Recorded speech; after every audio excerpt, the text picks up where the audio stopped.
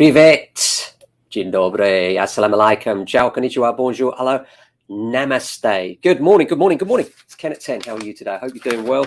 The sun is out. We're happy here at JAHQ in southwest London. It's a beautiful day. Lots of valuations booked and lots of offers coming in. So we're happy. Hope you're doing well. The economy is looking a bit volatile, isn't it? Particularly the stock market and the likes. And it does make you think about property being a really great safe haven. And it's, you know, that's one of the reasons why people park their money in it, isn't it? Is the fact that in times of turmoil, it gives great stability. And one of the most unprecedented things about today's market, one of the most unprecedented things rather, is the fact that prices are going up and rents are going up. What we tend to find is, well, what I've always found in the past is that when sales prices are going high, so rentals tend to be going backwards a bit.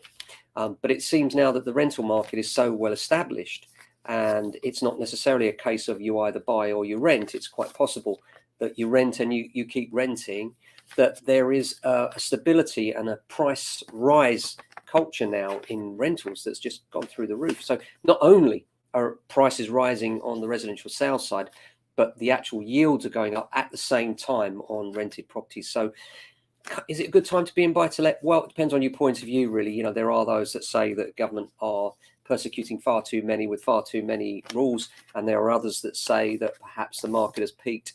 My view is I don't think the market's going anywhere anytime soon. It's certainly been a great place for stability over the last few years, and right now still rising quite rapidly here in London. You know, what we've seen in London is right through the pandemic, it was stable, very small price rises. And since the pandemic, the ending of the major part of the pandemic anyway, things have been much better and people have been returning to here in London and they're starting to buy with confidence. There's certainly a degree of confidence around the London markets. But of course, the great story of the past few years and the pandemic has been the rise of the coast. You know, we used to say drop a stone in London and the ripples will come out. And that's how the property market works. That's how people would suggest that it works. So, for instance, if you saw property prices in central London going up rapidly, if you dropped a stone in central London, you could expect those ripples to come out, but slower, depending on where you were in London, so that Kensington and Chelsea would get the major part of that wave, and then it would ripple out slowly. And that was widely held to be the way that the property market worked. And of course, then the pandemic has turned that on its head when we found that actually seaside resorts have gone up through the roof and London stood still or went slightly backwards at one point. So it really has turned things on its head. So what, do you drop a stone in the North Sea and do the ripples come in? Who's to say? Who knows? But what we do know is that prices in the coast have risen, or on the coast have risen dramatically over the pandemic. And this year is no exception. And I'm going to come on to the most highly risen area of pricing in the UK South Coast in a moment. The cheapest areas to buy, and we went on yesterday with Sunderland, and the most expensive being Kensington and Chelsea. But what about the South Coast? What's going on there? Well, I'll come back to that in a minute. But the other thing is mortgage deals. I know it's tough out there if you're looking for a mortgage. We're not financial advisors, and this is not financial advice. But the good news is there's more mortgage deals out there now than there were before the price rises. Over 5,000 deals out there. So there still are deals to be done in terms of mortgage availability for you if you're looking for a home to buy. And yes, I know it's daunting. It's a big topic. And we've been saying for some time, for those of you that already have mortgages, that you should be looking to fix your rate. And I think that advice still holds true now, especially if you're looking for an investment property. It's good to be able to lock down your costs over a number of years, because one thing we know is that over a period of years, rents go up quite dramatically. We're already seeing that. But if you can pin down your mortgage costs, then what happens is that as rental prices go up, then your profit comes in.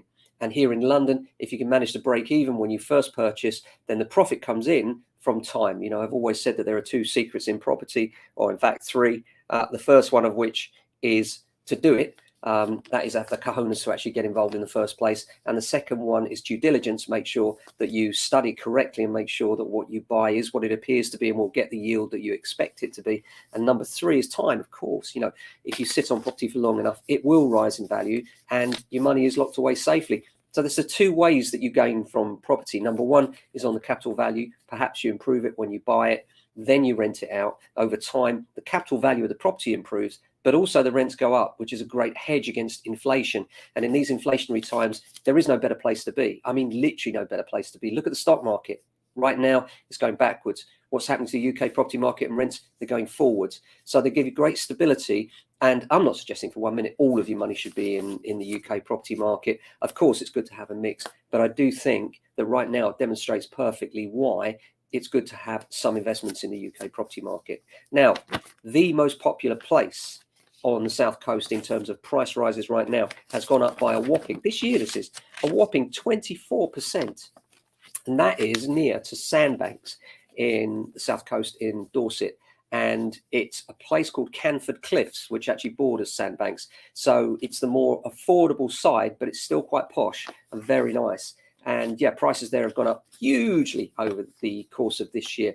Interesting to see that because it is on the edge of the posher Sandbanks. And obviously, I think people are finding that a little bit more accessible. I also noticed 1 in 5 people are going to be able to get access to a grant for an EV even if they're renting, if they're renters, if they're buyers, if they're landlords. There's a £350 EV grant from the government coming.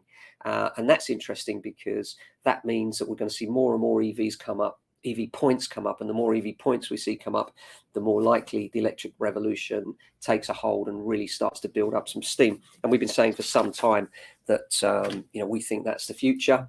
As you know, I'm already a convert. So in terms of what's going on today, valuations, yeah. So looking at a lot of property, advising people what the market will do. We've said for some time that we do suspect the market will slow down.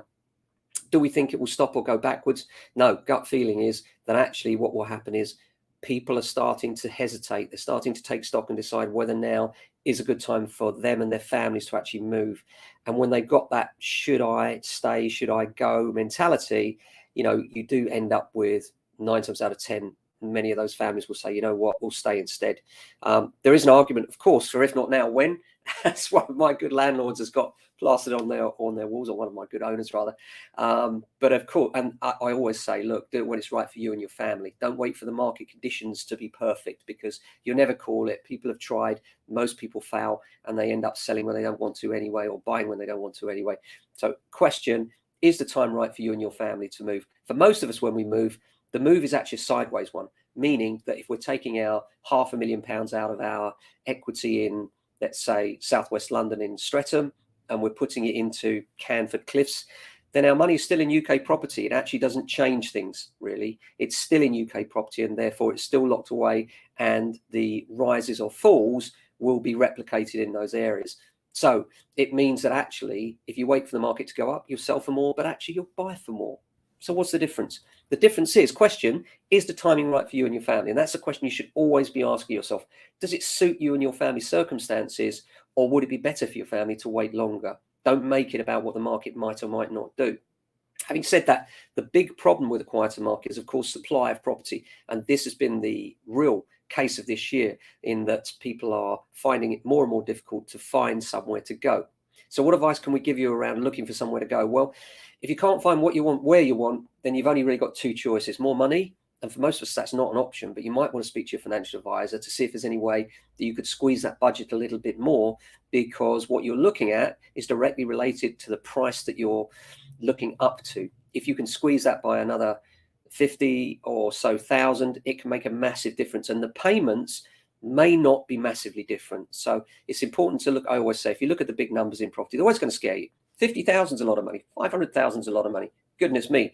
But if you look at the small numbers, that is, question, can I afford this mortgage payment monthly? Is that comfortable for my family and I? And if the answer is yes, then why not go for it? In inflationary times as well, it's fair to argue that debt is eroded by inflation. So the value of that £500,000 debt, if inflation is running at 10%, is eroding by that every year. It doesn't mean you're paying it off in those numbers, but it does mean the value of it relative to everything else is lower. So there is an argument for doing what you can in terms of getting as much money as you can comfortably afford to pay back on loans, so that you can get to the nicest possible family home for you and your loved ones. Now, the other thing you can do is other areas. If you can't afford to go any higher than you've already listed at, you could look at other areas. Question, are there areas around the area you'd really like to be that might suit you? And finally, If those things don't work, there is a third option as well, and that is lower your size. Perhaps if you look at a terraced house instead of an end of terrace, perhaps if you're looking at detached, you could look at semi-detached, and so on. Perhaps you could forego that garage, or perhaps the garden, or perhaps even look at leasehold properties. Sometimes they can be a good option. They're not always the nightmare that sometimes some people would lead you to believe. Now, Homes Under the Hammer today, 11:15 to 12:15, we're on, and it's the Brixton house today.